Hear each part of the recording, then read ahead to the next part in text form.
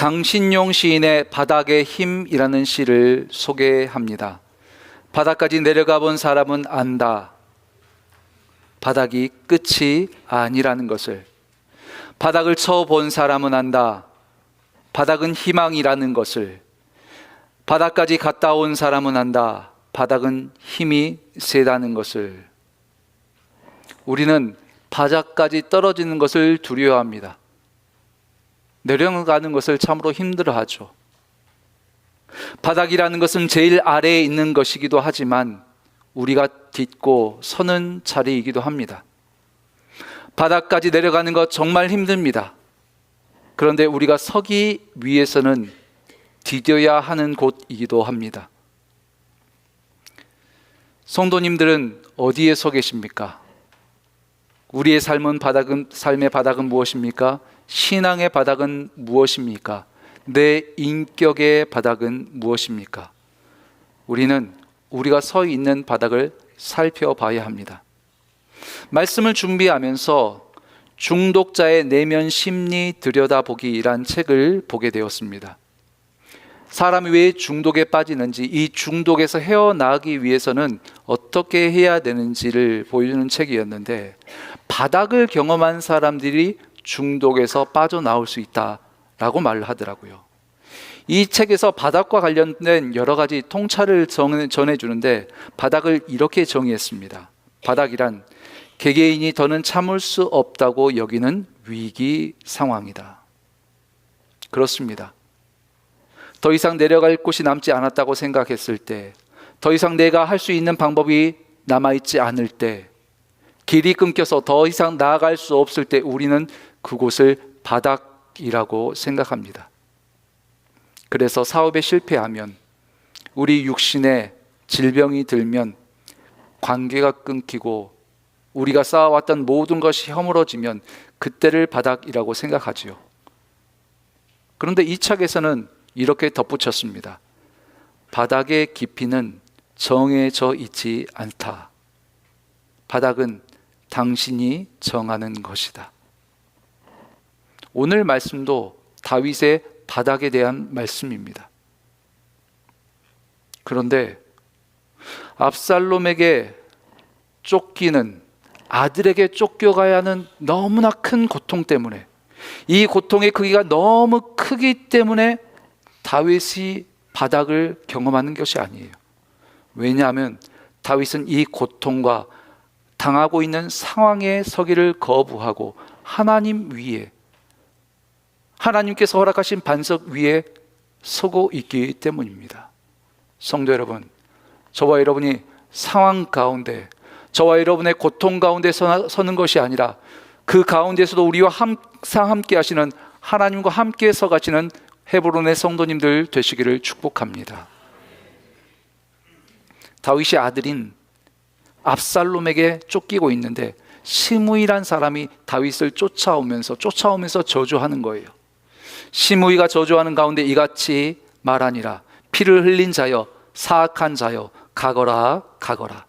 여기서 사악한 자는 신약에서 그리스어로 벨리알, 사탄이라는 뜻으로 번역이 됩니다. 그 정도로 부정적인 말이에요. 사탄이라고 말하는 것을 보면 어찌 보면 다윗의 상황에 딱 맞는 말처럼 들리기도 하죠. 왜냐하면 아들에게 쫓겨가는 것, 아들이 아버지를 죽이겠다고 쫓아오는데 그게 정상적인 상황이겠습니까? 누가 보더라도 하나님께 하늘의 벌, 천벌 받는 것처럼 보여지잖아요. 그런데 다윗이 시므이의 말을 듣고 말합니다. 12절, 혹시 여호와께서 나의 원통함을 감찰하시리니 오늘 그 저주 때문에 여호와께서 손으로 내게 갚아 주시리라 하고. 지금 다윗의 상황은 가장 믿었던 가까운 사람에게 배신당하는 상황이에요. 삶의 터전을 빼앗겼습니다. 그리고 이로 인해서 이것을 보면서 사람들이 손가락질하는 거예요. 저 봐라, 자업자득이다, 행한 대로 거두는 것이다. 그런데 다윗이 말하죠. 여호와께서 감찰하고 계신다. 여호와께서 갚아주시리라. 성도 여러분, 저와 여러분이 나의 상황과 나에게 들려오는 말 위에 서는 것이 아니라 하나님 위에, 하나님의 말씀 위에 서시는 저와 여러분들 되시기를 축복합니다. 오늘 말씀에서 발견하는 것이 무엇입니까? 내가 주어진 상황에 설 것인지, 하나님의 말씀과 하나님을 디딜 반석으로 삼을지는 바로 나에게 달려있다라는 것입니다. 나치 정권에 항쟁하다가 감옥에 붙들렸던 본회퍼 목사님이란 분이 계세요. 목사님 중에서는 순교하신 분들이 꽤 계시거든요. 근데 신학자들 중에는 안 계세요. 거의 유일하게 신학자들 가운데 불의와 항쟁하다가 순교하신 분이 바로 이 본회퍼 목사님, 신학자예요. 이 본회퍼 목사님이 감옥에 있을 때 본 구텐 멜텐, 선한 능력으로라는 시를 지었습니다. 주 선한 능력으로 하시네, 그 크신 팔로 날 붙드시네, 절망 속에도 흔들리지 않고 사랑하는 주 얼굴 구하리, 선한 능력으로 일어서리, 주만 의지하리 믿음으로 우리 고대 안에 주 오실 그날 영광의 새날을 맞이하리. 이 찬양에 곡이 붙여져서 주 선한 능력으로 안으시네, 그 크신 팔로 날 붙드시네, 절망 속에도 흔들리지 않고 사랑하는 주 얼굴 구하리. 이 시를 지었을 때는 본회퍼 목사님이 순교하기 4개월 전이었습니다. 그런데 이 시에 감옥의 흔적이 있습니까? 나를 죽이기 위해서 달려오는 저 악독 무대한 정권에 대한 원망의 흔적이 있습니까? 이 시를 통해서 보여주는 것, 감옥 안에 있으면서도 그 감옥이라는 상황 속 그 위에 서 있지 않고 하나님과 하나님의 말씀 위에 설 수 있다는 것을 우리에게 보여주는 거예요. 오늘 말씀에서 다윗에게 주어진 것들이 있었습니다. 압살롬이 다윗에 대하여 반역한 것, 내 아들이 나를 대적하는 것, 내가 원해서, 내가 의도해서 그런 거 아니죠. 주어진 거예요. 내가 길을 가고 있는데 시므이가 다윗을 저주합니다. 주어진 거예요. 여러분, 주어진 것이라는 것은 내가 어떻게 할 수 없는 상황이라는 거예요.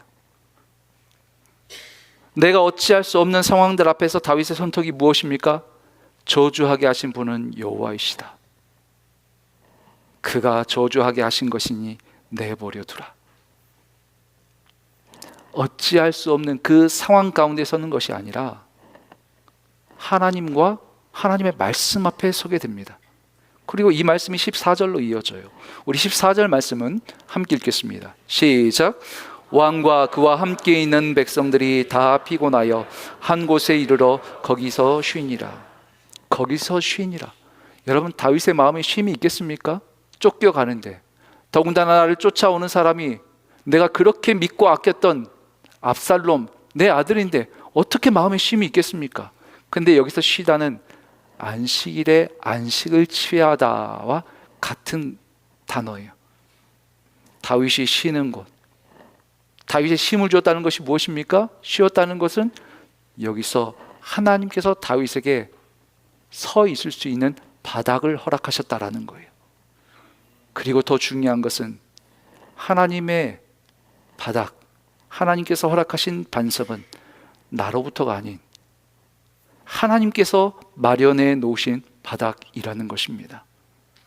성도 여러분, 하나님은 우리에게 고통을 허락하십니다. 때로는 고난을 허락하세요.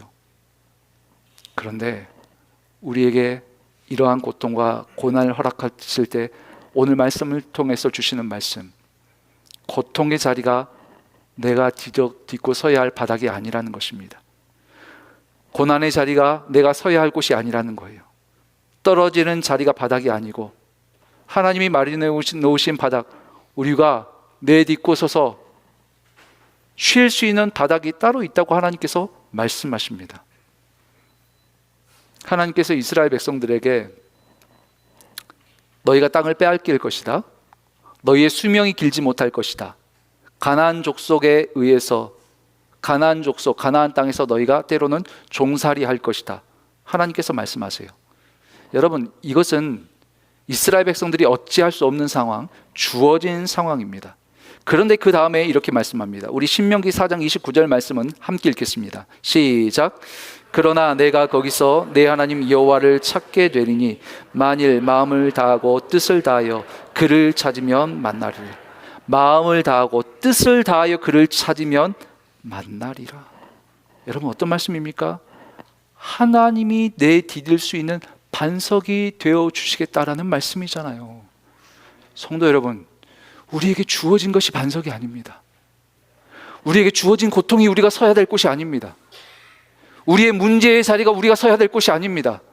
여러분, 하나님께서는 주어진 것, 내가 어찌할 수 없는 그곳에 서라는 것이 아니라 그곳에서 말씀 붙들고 하나님 붙들면 하나님께서 우리에게 쉴 곳을 마련해 주시고 하나님께서 친히 우리의 반석 되어 주시겠다고 말씀하고 계십니다.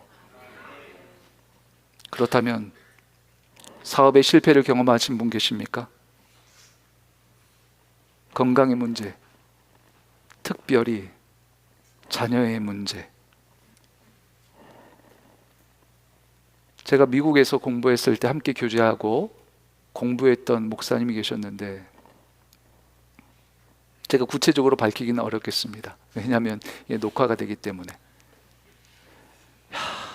목사님 자녀인데도 그렇게 어긋날 수가 있더라고요. 딸인데 아들에게 문제가 생기면 그나마 수습 가능하겠는데 딸에게 생기니까 정말 기도가 되겠는 거 있죠. 여러분, 자녀의 문제 내가 어떻게 할 수 없어요. 관계의 문제도 내가 어떻게 할 수 없어요. 그런데 하나님께서 말씀하십니다. 그것이 너희의 바닥이 아니라는 거예요. 너희가 거기에 서 있을 생각하지 말라는 거예요. 우리가 하나님을 붙들 때 하나님께서 우리에게 안식을 취할 수 있는, 하나님을 바라볼 수 있는 바닥을 허락하실 줄로 믿습니다. 그런데 바닥을 딛고 서야 되겠는데, 우리가 반석 위에 서야 되겠는데, 말씀 위에 서야 되겠는데, 여러분, 이것은 한순간에 되어지지가 않습니다. 오늘 말씀에 아비새가 나와요.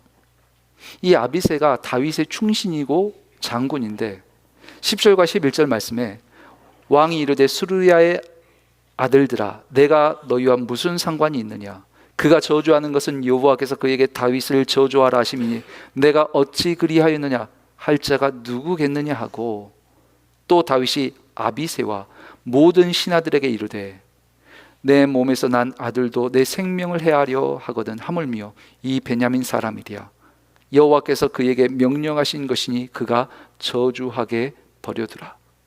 스루야의 아들들 가운데 아비새가 죽이겠다고 말하자 다윗이 가만두라고 하나님이 하게 하신 거라고 말합니다.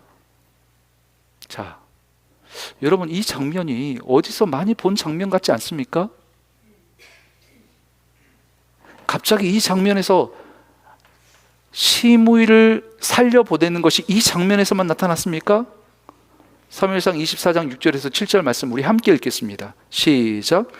자기 사람들에게 이르되 내가 손을 들어 여호와의 기름 부음을 받은 내 주를 치는 것은 여호와께서 금하시는 것이니 그는 여호와의 기름 부음을 받은 자가 됨이니라 하고, 다윗이 이 말로 자기 사람들을 금하여 사울을 해하지 못하게 하니라. 사울이 일어나 굴에서 나가 자기 길을 가니라. 여러분, 시므이를 살려주었었던 다윗의 영성이 오늘 말씀 본문 이 순간에 나타난 것입니까? 아니죠. 다윗이 사울을 살려줬을 때가 20대 중반이었습니다. 그리고 시므이를 살려주었을 때가 50대 중반입니다. 하나님께서 하게 하신 것이다. 하나님께서 세우신 사람이다. 다윗이 하나님의 주권을 인정하고 하나님을 인정해드리는 이 다윗의 영성은 압살롬에게 쫓겨갔을 때 갑자기 나타났던 것이 아니라 20대 중반 30년 전부터 계속해서 있어 왔고 그 가운데 빚어져 왔으며 그것이 오늘 말씀을 통해서 또다시 드러나고 있는 것 뿐이에요. 아까 보네포 목사님, 감옥이라는 상황에 갇혀 있지 않았습니다. 아름다운 시를 썼어요. 그런데 감옥에 갇혀 있었을 때 이 보네포 목사님의 영성이 나타났을까요? 18세기에서 19세기 프로테스탄트 사상사라는 신학의 역사를 다루는 책이 있는데 신학생들에게는 교과서처럼 읽히는 책입니다. 이 책에 신은 죽었다고 말하는 니체에 대해서 소개를 해요. 이 니체가 사실은 무신론자였는데 신학자들에게 굉장히 큰 영향을 끼쳤는데 그 중에 한 사람이 이 보네포 목사님이었습니다. 이 니체가 어떤 말을 하냐면 천국 가면 끝이냐고, 이 땅에 있는 사람들에게 무관심한 너희 그리스도인들이 참된 하나님을 믿는 것이냐고, 구원만 생각하면서 천국만 생각하면서 이 땅에서의 삶에 무관심한 기독교인들을 비판했을 때 당시 지금은 이것은 우리가 익숙하잖아요. 이것을 처음으로 말했던 사람이 니체예요. 많은 유럽의 그리스도인들과 많은 사람들이 니체의 말에 공감을 하면서 니체를 지지했습니다. 이때 보네포 목사님이 이게 안 되겠다, 이 니체의 말을 받아들여서 뼈저리게 자기 반성을 하고 우리가 교회 안에만 머무는 것이 아니라 세상으로 나가서 세상을 변화시켜야 되겠다. 그래서 나치의 항의를 하기 시작한 거예요. 여러분, 그렇다면 주 선한 능력으로 안으시네, 그 능력이 나를 붙드시네. 이 능력은, 이 보네포 목사님의 영성은 감옥에서 빚어진 게 아니죠.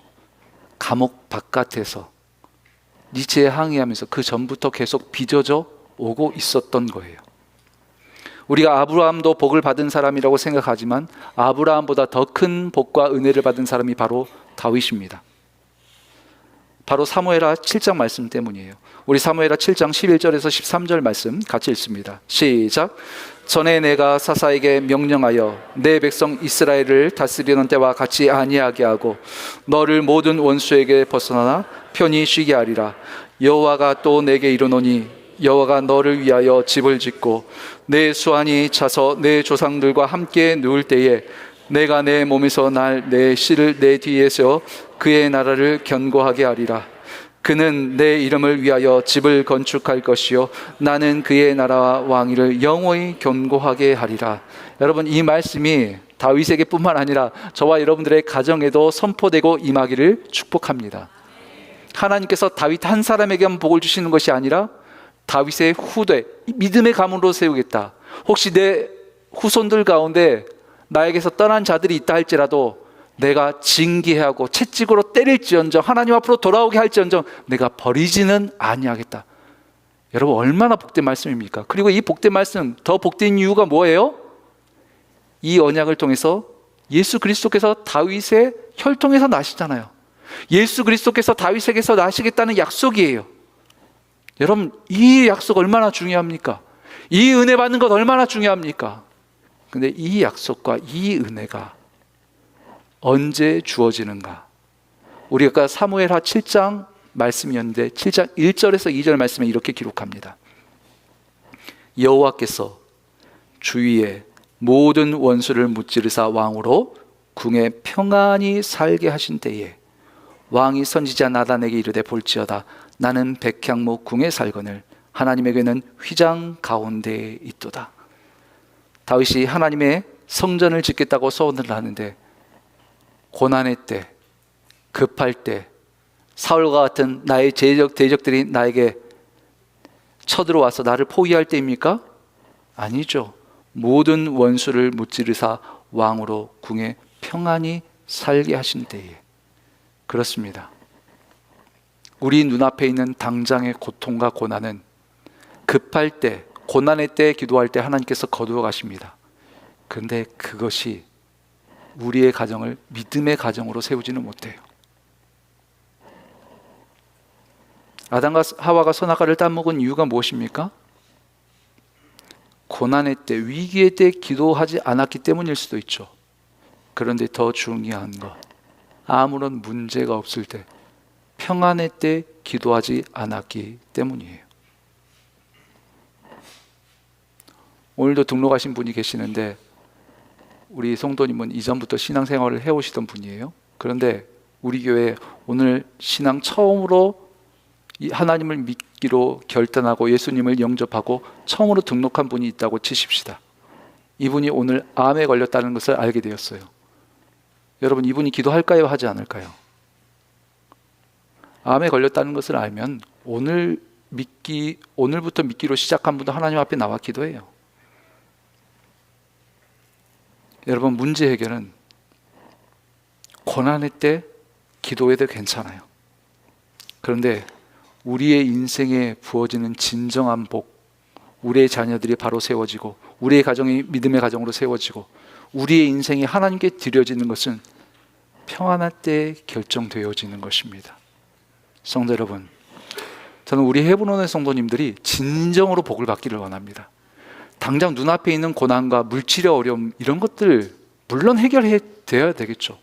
그런데 여러분의 삶의 방향이 하나님께로 향하고 여러분들의 삶뿐만 아니라 여러분들의 가정, 우리의 가정을 하나님께서 붙드시기를 원합니다. 그런데 이것은 고난할 때 이루어지는 게 아니에요. 평안할 때, 모든 대적에게서 벗어나 평안히 살게 하실, 바로 그때 하나님 앞에 나왔을 때 하나님께서 다윗을 붙들어 주셨듯 우리가 평안할 때 하나님 앞에 나아갈 때 하나님께서 우리를 붙들어 주시고 우리를 더욱더 복된 길로 인도하여 주실 줄로 믿습니다. 그리고 바닥에 대해서 또다시 발견하는 말씀이 9절 이하예요. 9절에 수리아의 아들 아비새가 왕께 여짜오되 이 죽은 개가 어찌 내 주 왕을 저주하리이까? 청하건대 내가 건너가서 그의 머리를 베게 하소서 하니, 다윗이 묵묵히 저주를 듣고만 있으니까 아비새가 답답해서 말하는 거예요. 왜 가만히 계십니까? 허락하시면 제가 저 사람의 시므의 목을 베어버리겠습니다. 그런데 다윗이 말하죠. 혹시 여호와께서 나의 원통함을 감찰하시리니 오늘 그 저주 때문에 여호와께서 손으로 내게 갚아주시리라 하고, 이 말씀을 통해서 발견하는 중요한 것, 인생의 밑바닥은 고통의 크기가 아니라 하나님께서 인정하시는가에 달려있다는 것입니다. 내가 아무리 삶에서 밑바닥으로 떨어져도 하나님께서 그곳을 바닥으로 인정하시지 않으면 더 떨어질 밑바닥이 남아있는 거예요. 그런데 우리가 아무리 문제가 없다 할지라도 우리가 하나님 앞에서 하나님이 밑바닥으로 인정하시는 우리의 삶으로 나아가면 하나님께서 그곳을 바닥 되게 하셔서 서게 하시고 우리를 붙드시는 은혜가 임할 줄로 믿습니다. 다윗이 사울에게 쫓겨 블레셋까지 도망합니다. 블레셋 아기스 왕 앞에서 살려달라고 애원해요. 이때 돈도 없고 가족도 없고 보호자도 없어요. 이때 물론 바닥이에요. 그런데 성경은 또 다른 바닥에 대해서 기록해요. 다윗이 밧세바를 범하고 왕궁에 있었을 때였습니다. 나단 선지자가 와서 양의 비유를 하면서 다윗의 죄를 지적하죠. 어떻게 그럴 수가 있느냐고. 어떻게 밧세바를 범하기 위해서, 밧세바를 위해서 그것 감추자고 우리아를 죽게 만들 수가 있느냐고. 다윗이 그 자리에서 무릎을 꿇죠. 신하들 보는 자리. 그러니까 홀로 있을 때가 아니에요. 신하들 보는 바로 그 자리에서, 나단 선지자가 말하자마자 바로 그 자리에서 무릎을 꿇어요. 시편 51편. 정결한 마음 주시옵소서 오 주님, 정직한 영을 새롭게 하소서. 나를 주님 앞에서 멀리하지 마시고 주의 성령을 거두지 마옵소서. 간절히 회개합니다. 여러분들 생각해 보십시오. 이때 다윗이 왕의 자리에서 쫓겨났나요? 이방 민족들이 다윗의 성으로 예루살렘으로 쳐들어왔나요? 다윗이 가지고 있었던 물질을 빼앗겼나요? 돈을 빼앗겼나요? 다윗에게는 아무런 가난도 궁핍도 없어요. 다윗의 왕위는 그대로예요. 그런데 다윗이 진심으로 하나님 앞에 엎드렸을 때 하나님께서 그것을 다윗의 바닥으로 인정해 주시는 거예요. 우리는 우리의 인생이 고통스러우면 바닥이라고 생각합니다. 아니에요. 하나님이 말씀하시는 바닥은 그게 아니에요. 우리가 고통스럽지 않아도, 삶에 문제가 없을지라도 하나님이 인정하시면 인정하시는 그곳이 바닥 삼아주셔서 우리를 붙으시고 우리를 세워주신다라는 거예요. 우리가 에스더 강해를 통해서 에스더에 대해서 나누었었습니다. 우리 에스더서 4장 16절 말씀 한번 같이 읽어보십시다. 시작. 당신은 가서 수산에 있는 유다인을 다 모으고 나를 위하여 금식하되 밤낮 3일을 먹지도 말고 마시지도 마소서. 나도 나의 시녀와 더불어 이렇게 금식한 후에 규례를 어기고 왕에게 나아가리니 죽으면 죽으리이다. 여러분, 에스더가 말했던 말 아시죠? 죽으면 죽으리다. 제가 죽겠습니다. 주님께서 죽으라고 말씀하시면 제가 죽겠습니다. 그런데 에스더가 이 말을 누구에게 한 말입니까? 하나님께 하나요?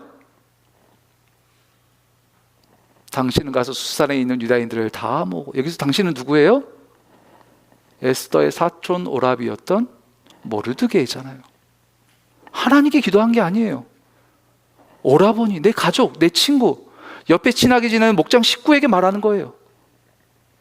그런데 하나님께서는 이 에스더의 말을 인정해 주시고 에스더를 붙들어 주시기 시작합니다. 여러분, 우리가 여기 예배당에 나와서 기도하는 것도 물론 중요하죠. 그런데 더 중요한 것은 무엇입니까? 우리의 삶 가운데, 가정 가운데, 직장 가운데 있을지라도 하나님께서 우리의 삶을 인정해 주시면 하나님께서 그것을 기도로 들으시고 붙들어 주기를 시작하신다라는 거예요.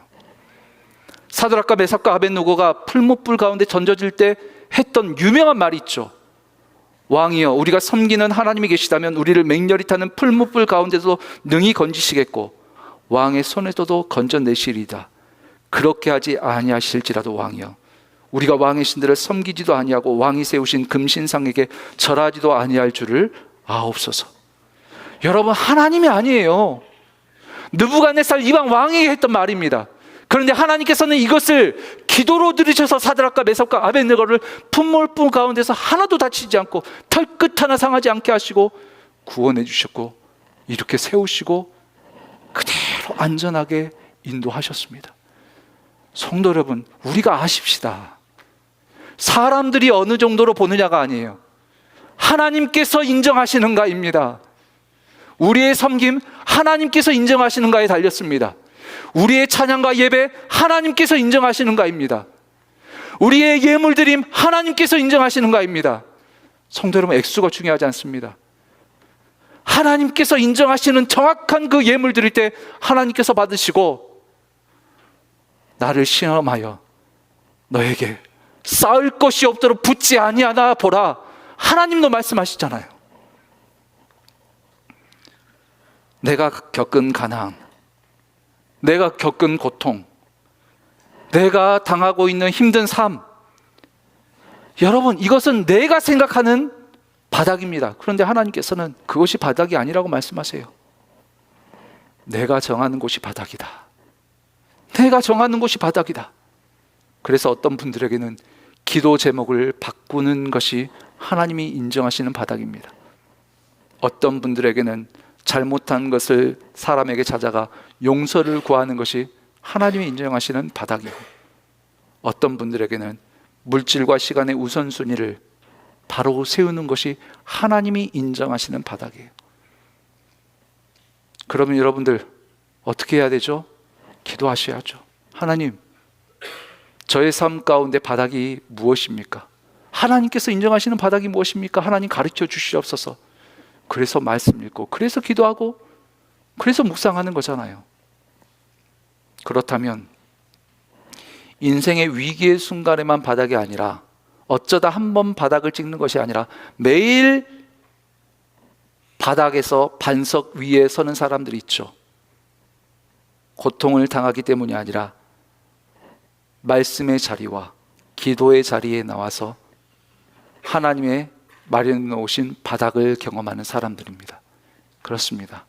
하나님께서는 우리에게 일생에 한두 번만 바닥을 딛고 일어서는 것이 아니라 매일 하나님 말씀 묵상하며 새벽 예배를 통해서, 가정 가운데서 성경 통독을 통해서 우리의 삶에 매이지 않고 상황에 매이지 않고 하나님 앞에 서므로 말미암아 매일 매 시간마다 바닥을 딛고 살아가는 사람들 되기를 원하시는 거예요. 요즘에도 내비게이션이 있지만 예전 중동 미들 이스트의 팔레스틴 지방에도 내비게이션이 있었다고 말합니다. 당시 상인들이나 여행자들이 사막을 여행할 때에는 낙타의 후각을 의지해서 길을 찾았다고 해요. 당시에 여행을 할 때 중요한 것이 물이지 않았습니까? 오아시스잖아요. 사막을 횡단하다 보면 오아시스가 있습니다. 사람은 잘 찾지 못하지만 낙타가 미각과 후각이 발달했기 때문에 이 물을 기가 막히게 잘 찾는다고 해요. 그런데 여행의 기간이 길어집니다. 15일, 아니 넘어서서 한 달 정도 되는 장거리 여행을 하게 되면은 상인이나 여행자는 낙타의 뒤에 사슴 한 마리를 매달아 간다고 합니다. 근데 그 사슴은 일주일 전부터 물 한 모금 마시게 하지 않는 사슴이라고 말을 하죠. 이 여행자가 사막을 횡단하면서 여행을 합니다. 처음에는 낙타의 후각에 의지해서 물을 찾을 수가 있었어요. 그런데 모래 폭풍이 불고 바람이 불어서 낙타의 콧구멍과 입속으로 모래가 다 들어가서 이 근처 어딘가에 오아시스 물이 있는가는 맞는데 도저히 찾을 수 없을 때 마지막 위기의 순간에 그때 이 사슴을 풀어준다고 합니다. 그럼 이 사슴이 물냄새를 맡고 죽어라 달려간다고 해요. 이 상인이, 이 여행자가 사슴의 발자국을 따라가면은 틀림없이 거기에는 오아시스가 있고 바로 그 물 옆에서는 이 사슴의 심장이 터져서 죽어 있다라고 합니다. 너무 목이 말라서, 너무 목말라서 심장이 낼 수 있는 한계를 넘어서서 달려갔기 때문에. 이 배경으로 기록된 시편이 42편이에요. 하나님이여, 사심이 시냇물을 찾기에 갈급함 같이 내 영혼이 주를 찾기에 갈급하니이다. 내 영혼이 하나님 곧 살아계시는 하나님을 갈망하나니 내가 어느 때에 나아가서 하나님의 얼굴을 배울까? 사람들이 종일 내게 하는 말이 내 하나님이 어디 있느냐 하오니 내 눈물이 주야로 내 음식이 되었도다. 사람들이 종일 하는 말이 네 하나님 어디 있어? 너 저주받은 사람 아니야? 이렇게 말하는 거예요. 왜냐하면 이 시편을 지은 사람이 고라의 자손이거든요. 고라라는 사람은 이스라엘 백성들이 출애굽한 이후에 가나안 땅에서 모세와 하나님께 아론에게 반역해서 땅속, 하나님이 땅을 열어서 그 속에 묻어버린 사람들이에요. 여러분, 고라는 하나님의 저주를 받은 사람들이에요. 이스라엘 백성들에게서도 얼마나 손가락질 받았겠어요. 그런데 그 고라를 부모님으로 두고 고라의 자손들로 살아가는 거예요. 사람들이 손가락질 할 수밖에 없겠죠. 단순히 부모님이 사라진 게 아니라 삶에서 의지할 사람, 신앙의 대상, 신앙생활할 사람. 그래서 이 시편을 읽어보면 내가 예전에 나와 함께 예배했던 사람들이 나를 손가락질한다고 내가 너무 힘들다고 말하는 거예요. 여러분, 그런데 이 시편이 이렇게 끝나지 않습니다. 내 영혼아, 어찌하여 내 속에서 낙심하며 어찌하여 내 속에서 불안해하는가? 너는 하나님만 바라라. 그가 나타나 도우심으로 말미암아 내가 여전히 주를 찬송할 것이라. 이 고라 자손이 상황 앞에 서지 않고 상황 위에 서지 않고 하나님, 제가 그래도 하나님 붙듭니다. 목마른 사슴과 같이. 여러분, 하나님 붙든다는 것은 그냥 대충 붙드는 게 아니에요. 목마른 사슴으로 내 심장이 터져라 하나님께 달려가는 거예요. 그리했더니 하나님께서 이 고라 자손이 딛고 설 수 있는 발판과 반석이 되어주시는데 나중에 어떤 모습이 드러나는가? 바벨론 포로에서 이 유다 족속들이 돌아올 때 레위 족속들이 흩어졌어요. 레위 족속들이 이방 민족들 가운데 혼합되어 섞여버리는 일도 있었어요. 그런데 이 고라 자손만큼은 여전히 하나님 앞에서 성전을 섬기는 자들로 남아 있어요. 그리고 나라와 국가가 위기에 처해 있을 때 이 고라 자손들이 앞서 나가서 나라를 위해서 중보 기도하는 중보 기도의 리더들이 됩니다.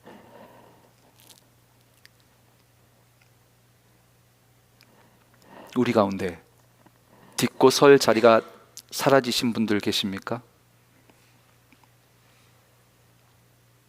베드로가 예수님을 보면서 나아갔을 때 우리 주님은 직접 물 위를 딛고 설 수 있는 바닥이 되어 주셨습니다. 그리고 우리 주님께서 말씀하십니다. 상황이 아니라 나를 바라보아라. 내가 너의 딛고 설 반석이 되어 주리라. 기도하겠습니다.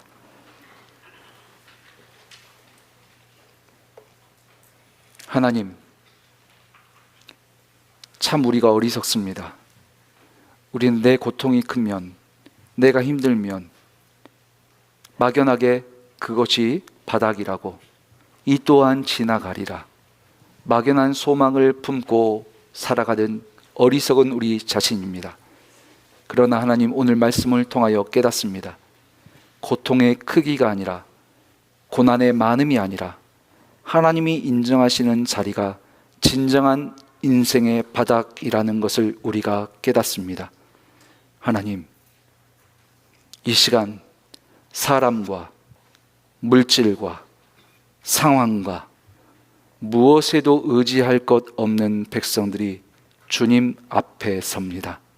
주의 말씀을 붙듭니다. 주님 아니시면 도우실 수 없는 사람들이 목마른 자들로, 목마른 사슴으로 나아갑니다. 저주받은 고라 자손도 일어서게 하셨던 하나님, 이곳에 있는 하나님의 백성들, 하나님을 의지하는 자들 일어서게 하여 주시옵소서.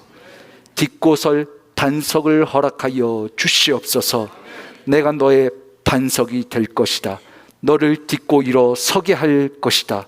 이 말씀이 실제가 되어 우리의 삶에 임하게 하여 주시옵시고, 예루살렘 땅만이 아닌 이곳 캐나다 땅, 밴쿠버 땅, 믿고 의지할 가족도 없이 홀로 생활하고 있는 하나님의 사람들에게도 하나님께서 살아계시고 역사하고 계시는 것을 친히 경험하며 이를 통해서 하나님을 예배할 수 있는 놀라운 예배, 하나님께 감사의 제목 찬양하며 나갈 수 있는 우리 헤브론의 성도들 되게 하여 주시옵소서. 하나님, 더욱더 바라기는 고난의 때만 하나님을 붙드는 자들이 아닌 평안의 때, 아무런 문제가 없을 때에도 하나님을 붙드는 자들 되기를 원합니다. 하나님, 우리의 삶이 바로 세워지는 것은 고난의 때가 아닙니다. 문제가 있다면 그 문제를 바라볼 수밖에 없습니다. 그러나 평안의 때, 아무런 문제가 없을 때 더 크신 하나님을 바라보게 되는 줄로 믿습니다. 하나님의 마음을 우리가 깨닫게 되어지는 줄로 믿습니다. 그 하나님 앞에서 참된 우리의 인생의 방향을 틀게 하시고 수정하게 하셔서 하나님께서 원하시는 곳에 세워지는 우리 헤브론의 모든 성도들 되게 하여 주시옵소서. 예수 그리스도의 이름으로 기도하옵나이다. 아멘. 우리 다 함께